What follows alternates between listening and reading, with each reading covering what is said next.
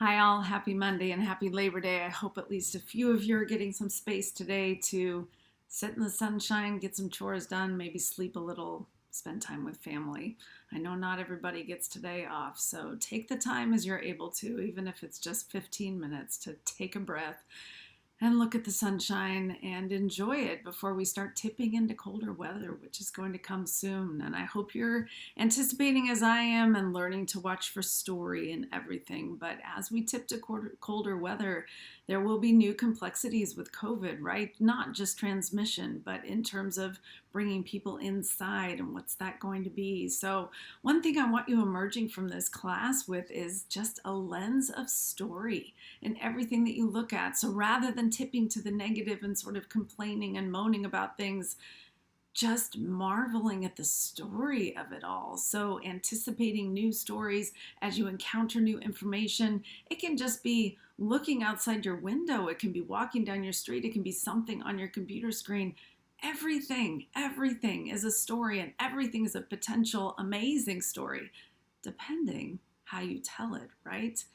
So you got your first assignments back for me. I don't want you overwhelmed by comments. I want you enjoying the comments, which I know is sometimes hard to do because I'm not sitting there next to you talking you through it, which I wish I could. If we were in person, we would get more of that and you would get a sense of my sense of humor and my heart for what you're working on. But oh my goodness, I absolutely loved your first assignments. Some of them were just phenomenal and publishable, frankly. So, what a joy, what fun these 8 weeks together are going to be. As you get comments from me, I want you pondering each of them. And if it's a grammatical correction, I want you wondering, wait, what rule is that? And why don't I know that rule? Or, yes, of course, darn, I should have spotted that. And that's fine. All of it is fine. Your goal over our 8 weeks is to increasingly have fewer corrections on your paper, and I'm not going to correct things that are subjective. I may comment on them. If I have a sense of your purpose and audience and I'm not sure that you're really achieving what you're hoping to achieve by a certain punctuation mark or an approach that you've taken, I may question it or put a comment in the margins. If you see a correction, that means that a rule has been broken. And if you don't know what that rule is, let me know if I can help you find it, or you can look on the resources on the top of our Foxtail site and hopefully find it for yourself. So then it becomes a non-issue. That's the goal. If you look in the syllabus, you'll see that you have an opportunity for revisions on any paper that you write for this class. So I don't want you to feel discouraged by a grade. Not a huge fan of grades myself anyway. And my goal for you is that you earn the A or the B or whatever it is that would make you feel content by the end of this course. So to that end, in every course I teach, I give the opportunity for revisions. It takes work. So it's not just a freebie. You have to actually sit down and don't just accept the track changes on the comments I've made, because that would mean I did the work, but actually make some kind of a content change, clean everything up, submit to me via email. All these instructions are on the syllabus. Submit to me via email by the end of our course on any of our papers a clean copy, and you can earn up to 1 full grade higher. So for those students who maybe are struggling with grammar, but their ideas are magnificent, I've had students earning a B, even a C all the way through the course, make those revisions by the end and earn the A that they're hoping to earn. So I don't want grades to be an issue here. I want us to really jump into culture, jump into your life, your work, and envision what story can bring to it. So I can already tell that some of you are creative writers and having fun with this, and maybe there's some of you out there who aren't and are kind of wondering, oh, how am I going to slog my way through this course? Please don't slog. I want you to find purpose for the course. So if you're in a line of work where story would benefit, I want you to name that. Name that in not TED Talk, but name that in a discussion forum to the rest of it. Name it to me over email and ask me, how can I help gear this course towards you so that you can benefit from it? And I know some people have longtime family stories that they've been waiting to tell. That's another way to use it. So I've got some things I'm going to run through really quickly here, almost as if we're in a classroom together. These are concepts that I'm going to be looking for on your writing assignments, and I want you to be aware of them. So number one is your first line.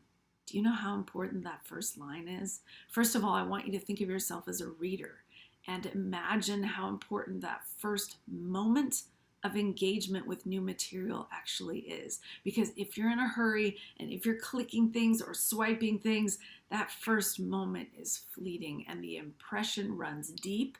And if the impression now switch hats, you're no longer a reader, now you're the writer, you're the producer of the material, you have got to be so intentional with that first line.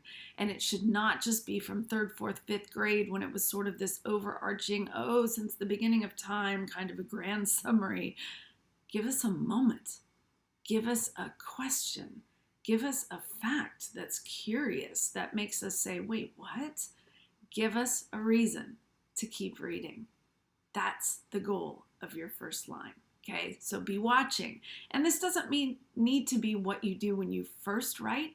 This can be something that you pay attention to when you go back and edit your work. Next thing I want you to be paying attention to is this idea of fluff and eliminating fluff. So some people walk into either creative writing or academic writing and think, somehow I gotta fake it until I make it. I gotta just add fancy adjectives and use a thesaurus and come up with new complicated language. That's not it. That is faking it, and that becomes very clear very quickly. So what you need to do is focus in on the finer details. Let the particulars of the moment tell the story for you, and it will work magic that will surprise you. We don't want fluff. One of the best editors I ever had, I worked for a time at the Chicago Tribune as a journalist, as a news and crime reporter. And this guy, I would craft the most perfect story about whatever crime had occurred, and I would pare it down to just a verb and just a subject, and I would think that I had all the critical details there, and I would send it over to his desk, and this was the early days of computers, so somehow it would send over there. We didn't have email yet. I would walk over and stand over his shoulder because he would holler at me. He would say, come over here, because he wanted me to watch. And so I would stand back here, look over his shoulder, and he would just start slashing. One of you mentioned this in one of your discussion forums. It's painful. And I think, no, that was perfect. And he just cut it out. Now he's ruined the whole thing. He would go through and he would just cut mercilessly. And at the end, I would read what he had pared it down to, and it was amazing. It was amazing what getting rid of the extraneous language, the things that bog us down as readers. Once you get rid of that, and what is left is precision and a painting that's just exactly what you're intending to say, that's beautiful. So I put up a handout on our Foxtail page for this week that talks about eliminating fluff. Spend a little bit of time with it. Let me know if you have questions. Showing rather than telling is another critical thing that I want, and I'm probably going to bring it up again and again over the weeks because it's just the heartbeat of good writing. And this can pertain to creative writing, where you learn to show by giving those very specific details rather than just overall telling, but it applies to work emails as well. So if I were to tell you that, yeah, when I worked as a crime reporter in Chicago, it was really exciting, it was really scary, and I actually ended up having nightmares by the end, and then I decided, I'm going to go get an MFA, a Master of Fine Arts in Creative Writing, because, sitting around drinking wine and reading poetry sounds so much easier than spending all my time on the south side of Chicago and walking through the projects and working with people and dealing with really hard stories, and then having editors yell at me because I couldn't let the story go. And I needed to move on the next day to new stories, and I just wanted to stay with those people. And I've just told you in very general terms kind of what I went through. But if I were to show you by starting by saying that there was one night when I had to decide in split seconds whether or not it would be wise to spray pepper spray inside my car, or if I did, how many seconds I would have to pop open the door of my old Honda Accord and roll. And if I were rolling to get away, do I leave it in neutral because this is a manual shift car, or do I leave it in gear? What would be the best thing to do so that my car didn't crash because I didn't have any money to replace it? But if I spray pepper spray inside the car, how quickly does it fill? And the reason I had to wonder about that was because I was covering a fire that night. It was 2 a.m.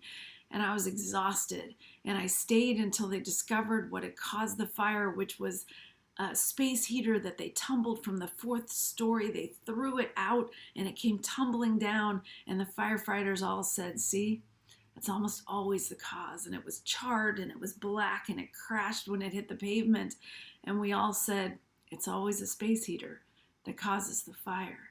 And so I got my final quotes from the fire chief, and I forgot to lock the passenger side door as I drove away because I was tired. And I didn't have automatic locks, and I didn't have automatic windows, and there was nothing automatic in that car. In fact, the back doors both stuck. It was a 4-door little tiny Accord, because I couldn't afford to get them, the door handles replaced where you could actually open them. So you had to crawl through the window to get into the back. And so I drove away and I was headed home to my apartment.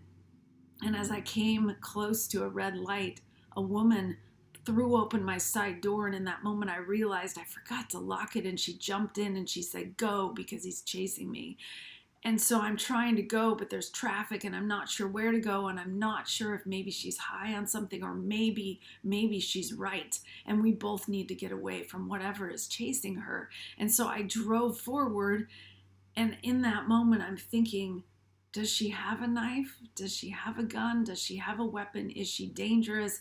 And if she is, and I start to see her go for something, all I have is pepper spray. Do I spray it? And that's where that moment was, where I was wondering, can I get out in time? And she never reached for anything, and she was thanking me, and she looked frantic and scared. And she said, go to where that L is, the elevated track that goes around downtown Chicago. And so I drove. And when I got there, and these were long 3 minutes, and for the sake of time, I won't tell them all to you. But once we got there, she got out and she thanked me and she ran and she slammed the door, and I locked the door and I kept driving, and I was fine. But oh, my blood pressure was high and my heart was beating, and that was a moment, just a moment, as a crime reporter in downtown Chicago and the South Side and the West Side and the North Side, and another reminder that you always lock your doors and you always leave at least a car's length space in case you need to get away. That's showing. I'm giving you some very specific details. I could give you far more, but I'm trying to watch the time a little bit rather than just telling in generalities. So as you go back through and edit your work, make sure that you're showing and not just telling. And there's a handout for that this week as well. 2 more quick things. Point of view, POV, points of view, very critical. Completely up to you to decide. You can decide this whole 8 weeks to hold to first person I. If you so choose, that's fine. You can decide to go out on a limb and try something new and use he, which is third person, or she, or you can use third person plural, which is they. You can even be really tricky and decide to use second person you all the way through. That has been done. It's challenging, but it can be very engaging and it draws your reader straight in. So be very intentional about your point of view and maintain it throughout whatever it is that you write. And the last thing I want to talk to you about is intentionality. You've got to be intentional in every single comma that you place, every period that you place, the length of your sentences, short or long. I'm not going to dictate that to you.